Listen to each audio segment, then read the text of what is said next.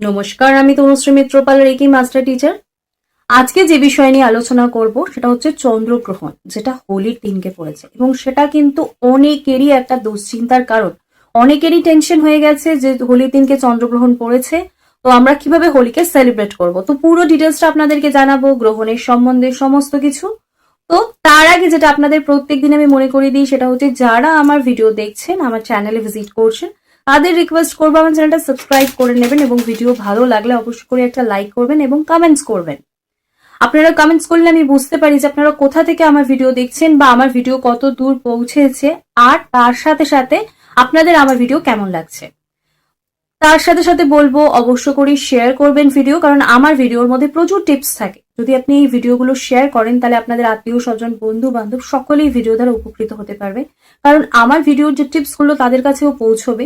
আর আমাদের নিজেদের লাইফে কখন কার কি প্রবলেম আসে আমরা কেউ জানি না, বাট আমার ভিডিওর এই টিপস গুলো যদি আপনার মনে থাকে বা আপনি যদি দেখে থাকেন, লিখে রেখে থাকেন, তাহলে আপনার লাইফে যখনই কোনো প্রবলেম হবে আপনি সেইগুলো নিয়ে অবশ্য করেই তখন আর টেনশন করবেন না, আপনি সেই সলিউশনটা বুঝে নিজের লাইফের প্রবলেমকে সলিউশন করতে পারবেন।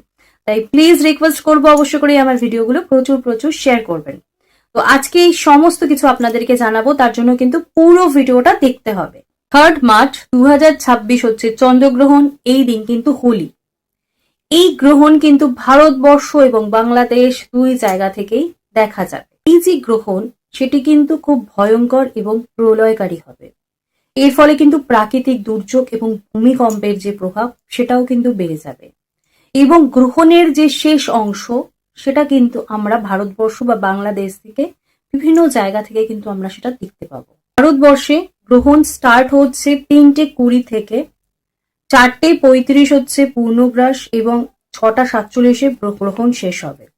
আর বাংলাদেশে স্টার্ট হচ্ছে 3:50 PM এ, মধ্য সময় হচ্ছে 5:35 PM এ এবং সমাপ্ত হচ্ছে 7:18 PM এ।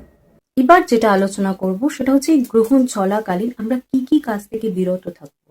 এই সময় কিন্তু আমরা পুজো পাঠ করব না, এই সময় কিন্তু আমরা মন্দিরের দরজা বন্ধ রাখবো, আমরা রান্না বান্না করব না, কোনো কাজ কিন্তু আপনি এই সময় স্টার্ট করবেন না। আপনি স্নান করতে যাচ্ছেন, বাথরুমে যাচ্ছেন, বাসন মাজছেন, সংসারের কাজ করছেন, সেটাও এই সময় না করার চেষ্টা করবেন। কোনো কিছু কাটাকাটি করছেন সেটাও নয়। আর তার সাথে কোনো কাজ আপনি এই মুহূর্তে স্টার্ট করবেন না। গ্রহণের সময় কিন্তু কোনো কিছু কাজ শুরু করা যাবে না। আর যেটা আপনি গ্রহণের সময় করতে পারেন সেটা কি করবেন? আপনি এই সময় শান্ত থাকবেন, আপনি ধ্যান করতে পারেন, আপনি মেডিটেশন করতে পারেন এবং আপনি ভগবানকে স্মরণ করতে পারেন। তার সাথে সাথে বলবো, এই সময় কোনো ঝগড়া, নিন্দা, পরনিন্দা, পরচর্চা, আপনি মোবাইলে কোনো কিছু এমন দেখছেন আপনার খুব মজা লাগছে, আপনি হাহা করে হাসছেন, এই সমস্ত জিনিসও এই সময় করা যাবে না। আর যারা অবশ্য করে কনসিভ করেছেন, যারা প্রেগনেন্ট, তাদেরকে বলবো আপনারাও এই সময় চুপচাপ বসে, শান্ত মনে হয় বসে বা শুয়ে অবশ্য করেই আপনারা ভগবানকে স্মরণ করুন। এই সব কিছু যদি করেন তাহলে দেখবেন গ্রহণের যে কুপ্রভাব সেটা আপনার পড়বে না। আর বাড়িতে যে খাবার দাবার থাকবে, জল থাকবে, সেগুলোর মধ্যে তুলসী পাতা দিয়ে রাখুন।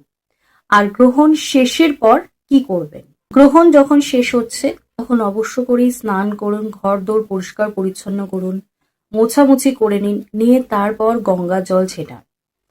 তারপর অবশ্য করেই আপনি আপনার বাড়িতে যদি পশু থাকে, পাখি থাকে, যাই রয়েছে, আপনি তাকে খাওয়াতে পারেন। আপনি আপনি এই সময় দান করতে পারেন। এই যে জিনিসগুলো, এগুলো যদি করেন আপনার কোনো গ্রহণের কুপ্রভাব তো লাগবেই না, উপরন্তু আপনি গ্রহণের যে নেগেটিভিটি সেখান থেকেও কিন্তু আপনি নিজেকে বার করে রাখতে পারবেন। তাই সবসময় মনের জোর বা পজিটিভিটি নিয়ে বাঁচুন। দেখবেন অনেক টাফ সিচুয়েশনও মনের জোর বা নিজের দৃঢ়তা বা নিজের ওপর বিশ্বাস ভরসা দিয়ে কিন্তু এগিয়ে যাওয়া যায়। তাই অবশ্য করে আপনাদেরকে বলবো, নিজের ওপর ভরসা রাখুন আর অবশ্য করে সৎ পথে থাকুন। দেখবেন সব প্রবলেম কিন্তু সহজভাবে চলে যাবে। তো আজকে আমি আলোচনা এখানে শেষ করলাম। সকলেই সুস্থ থাকবেন, ভালো থাকবেন। নমস্কার।